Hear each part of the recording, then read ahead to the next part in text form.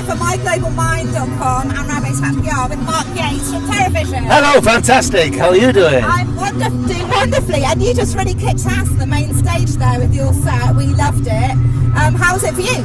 Well, that's great to hear. We had a great time, and to play on such a massive stage, I just like to run and play and run and play. We stand in rehearsals, and you stand pretty much still, but to get to be able to run about on a stage like that is great, and wear stupid clothes as well. Your clothes looked awesome, especially the white tight trousers. Oh, they're very tight trousers, yeah. We like to wear white. You can't see it, no one can see you if you don't. Now, Terrorvision started 28 years ago, and that was in the glam rock era, especially in the American arena. Were any of the glam rock bands a big influence for you? I know Leigh, for example, loves Kiss, doesn't he? What were your influences? Absolutely, yeah. Leigh does love Kiss. I won't class this as a glam rock band, really. We're from the background of the New York Dolls, which obviously leads on to Johnny Thunders, Cheap Trick, Hanoi Rocks. That kind of ilk is where we're from. Me and Leigh, who basically started the band, really. But it moved on, times change, and you take influences from whatever's happening, and you think, oh, that's cool, we'll have a bit of that. Yeah. As in, say, maybe Faith No More, the Chili Peppers, Guns N' Roses, definitely. And you take on board the cool bits of everything that's happening and leave out the uncool bits. I mean, we're pretty uncool ourselves, really, hence the white trousers. But it's fun, and I think we bring that element of fun to something like this. There's bands with a lot of seriousness. There's a lot of blues going on at the moment. We've got some great bands like Inglorious on before us, who are superb. Yeah. But I couldn't do that. It's just you couldn't run and play doing that. But it is probably a lot more better quality than what we do. I'll shut up now. No, I disagree, because I think you bring fun to the whole event, and people were just loving it. They were grooving down the front there, more than with the other bands I've seen, to be honest. They were loving it. So good for you guys. Now, you've rejuvenated Terrorvision with great success. Do you think music technology has helped or hindered you, like Spotify and iPhone and iMusic, or if you had to start all over again, would you start in 1988 or start the band now? Definitely back in the day. I think we were lucky in the chance that we got 10 years out of playing rock and roll professionally. Yeah. I think bands these days seem to get like maybe one album or one year, and then somebody else comes along, and it's pretty unfair. We were lucky. I think the time we made it was the best time to do it.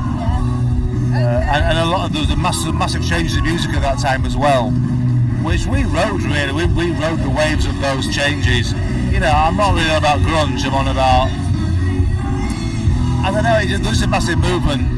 America, I suppose, came to Britain, didn't it? Yeah. And it was really cool at the time. There was friends of mine from Bradford in West Yorkshire went to America to buy cowboy boots. Do you know what I mean? Yeah. It was that important. Yeah. I mean, I went there myself for 2 years, and it was like I was in heaven. I was in rock and roll heaven. Now, I know you guys have other projects aside from music. You're a very, very respected tattoo artist. Leigh trains for the triathlon. Tony has got a restoration project at the moment. How do you feel your other projects help you creatively in your music writing? Me being a tattoo artist, I'm actually a sign writer and a calligrapher as well. Yeah. So lettering's a big speciality of mine, which obviously involves tattooing. I've got a little side project called Boomville, which I play obviously guitar in. And we had a song that I wrote a song called Hanging Around, and it changes into the middle eight. And some guy wanted a tattoo doing, and it said on his arm, what doesn't kill you.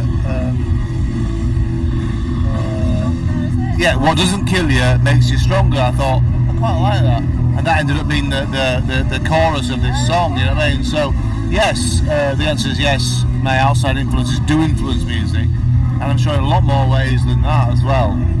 I'm on the spot, so I haven't really thought about it. But that's really interesting. I thought it probably would do. I thought it would. I think anything like just a nice little saying or a quote, just like a nice colour or a visual can inspire a tattoo or a piece of art, you know. Thank you. My next question is, and if I remember it, yes, Terrorvision. You started a long time ago now, but what do you think you'd rather play? You do big stadiums now, but does it give you more of a thrill playing the big stadiums or playing when you're brand new, supporting the Ramones and Motorhead, your heroes? What do you prefer? As the band, we've played every sort of venue, from toilets right through to, you know, arenas. We supported Thunder in February this year, 2016. I was there.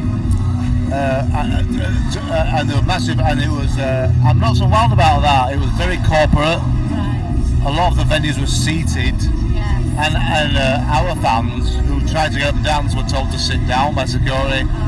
I'm not very wild about that. This sort of event's fantastic because everyone's just out for a bit of fun. Yeah.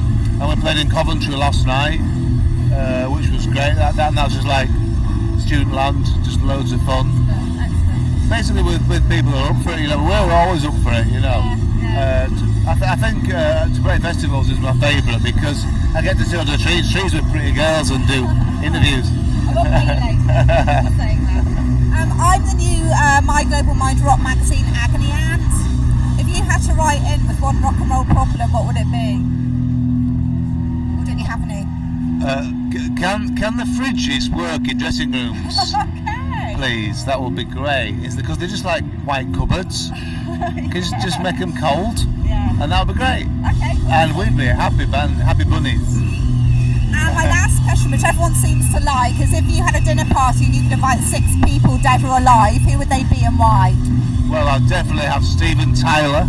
Yes. He'd be there. Yeah. He'd be sat next on my left-hand side there. I'd have Lemmy on my right.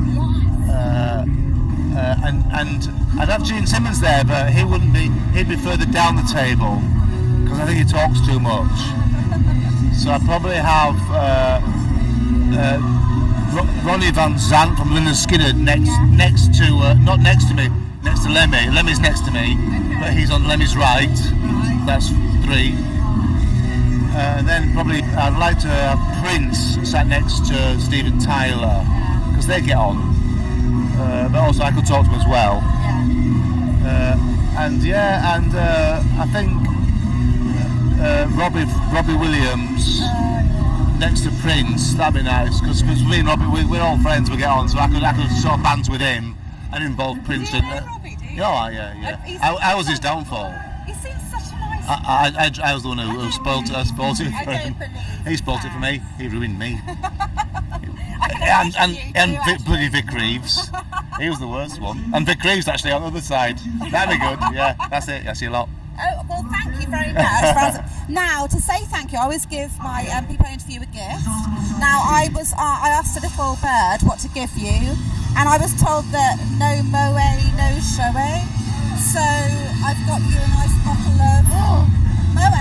Well, that's to wonderful. say thank you very much indeed. No moe, no showy, no shandon, no bandon.